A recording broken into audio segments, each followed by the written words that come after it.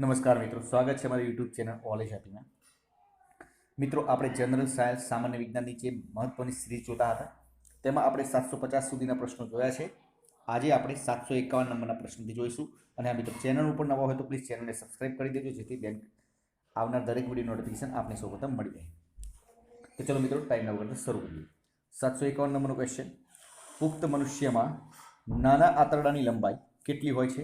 6.5 metre. ATP એટલે શું? એડિનો ટ્રાયફોસ્ફેટ. મનુષ્યના હૃદયનો આકાર કેવો હોય છે? તો શંકુ આકારનો હોય છે. મનુષ્યના હૃદયનું કદ કેટલું હોય છે? 1 મુઠ્ઠી જેટલું હોય છે. મનુષ્યના ફેફસાનું સ્થાન જણાવો. 2 ફેફસાની વચ્ચે સહેજ ડાબી તરફ. મનુષ્યનું કયું ફેફસું સહેજ નાનું હોય છે? ડાબું ફેફસું સહેજ નાનું હોય છે. ડાબા કર્ણક અને ડાબા ક્ષેપકની વચ્ચે કયો વાલ્વ હોય છે?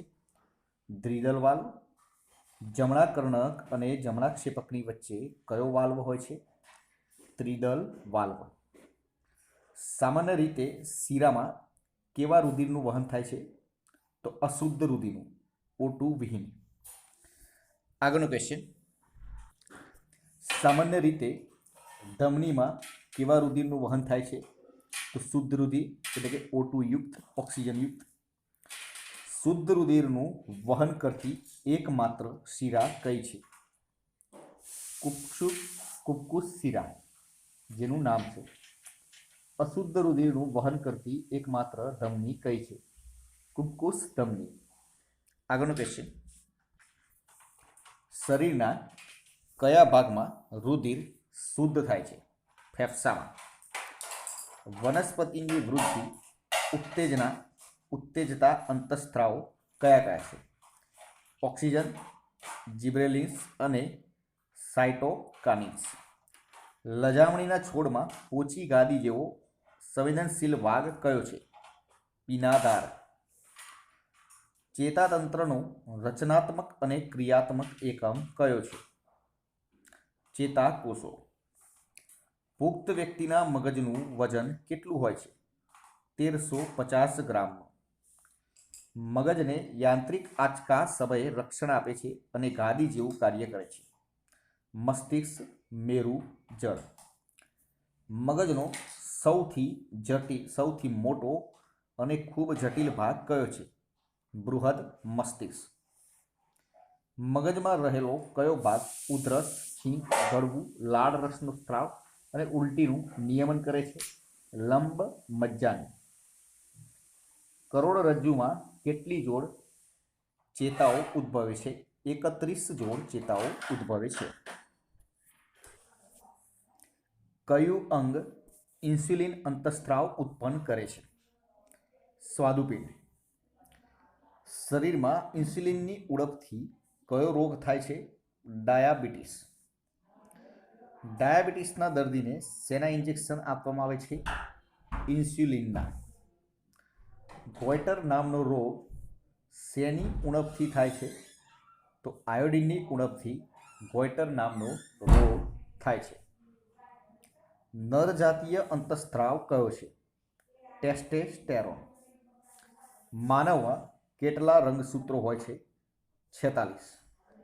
માનવમાં કેટલા જોડ રંગસૂત્રો હોય છે? 23. અહીં મિત્રો યાદ રાખજો, કેટલા રંગસૂત્રો હોય છે એમ પૂછે તો 46, અને કેટલા જોડ રંગસૂત્રો હોય છે તો 23. દર કેટલા દિવસમાં સ્ત્રીમાં માસિક સ્ત્રાવ થાય છે? 28 દિવસે. બેક્ટેરિયા દ્વારા સેક્સ્યુઅલી ફોસ્મેટેડ ચેપી રોગો કયા છે? સિફિલિસ અને ગોનોરિયા. કયા બેક્ટેરિયાને લીધે સિફિલિસ થાય છે? ડ્રેપોનેમા પેલિડિયમ. ભારતમાં એડ્સ અને જાગૃતિ લાવવા માટે કઈ સંસ્થા કાર્યરત છે? નાકો. નાકો એટલે શું? જેનું ફૂલ ફોર્મ નામ national AIDS control organisation, NACO. લક્ષણોનું એક પેઢીમાંથી બીજી પેઢીમાં થતા સાતત્યને શું કહે છે? આનુવંશિકતા. અશ્મિની ઉંમર જાણવા માટે શેનો ઉપયોગ થાય છે? Carbon 14 radio activity. વાતાવરણમાં કયા સ્તરમાં ઓઝોનનું સ્તર આવેલું છે? સ્ટ્રેટોસ્ફિયરમાં. ક્લોરીનનો એક અણુ ઓઝોનના કેટલા અણુઓનું વિખંડન કરે છે? 1,00,000 અણુઓનું વિખંડન કરે છે. ઓઝોનના ઘટાડામાં મહત્વનો ભાગ ભજવતું સંયોજન કયું છે? Chlorofluorocarbon CFC. રેફ્રિજરેટર અને એર કન્ડિશનરમાં ઉપયોગી કયું સંયોજન ઓઝોનના સ્તરમાં ઘટાડો કરે છે? ફ્રીયોન. ગુજરાતમાં કુલ કેટલા ટકા જંગલો છે? 9.69%. અમૃતા દેવી બિશ્નોઈ નેશનલ એવોર્ડ કયા ક્ષેત્રે આપવામાં આવે છે? વન્યજીવોના સંરક્ષણ માટે. વન્યજીવોની યાદી પ્રકાશિત કરતા પુસ્તકને શું કહે છે? Red data book. યાદ રાખજો મિત્રો, વન્યજીવોની યાદી પ્રકાશિત કરતા પુસ્તકને રેડ ડેટા બુક કહે છે. ભારતમાં વન્ય જીવ સંરક્ષણ ધારો ક્યારે ઘડવામાં આવ્યો? 1972માં. બીડી બનાવવા માટે શેના પાનનો ઉપયોગ થાય છે? ટીમરૂના પાનનો. ચિપકો આંદોલન શેના માટે થયું હતું? જંગલ સંરક્ષણ માટે. ચિપકો આંદોલન ક્યારે થયું હતું? 1970માં. ચિપકો આંદોલનની શરૂઆત કયા ગામથી થઈ? રેની ગામથી.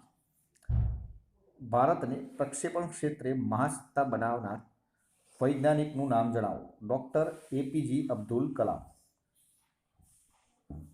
કઈ મિસાઇલનો યશ ડૉક્ટર અબ્દુલ કલામના ફાળે જાય છે?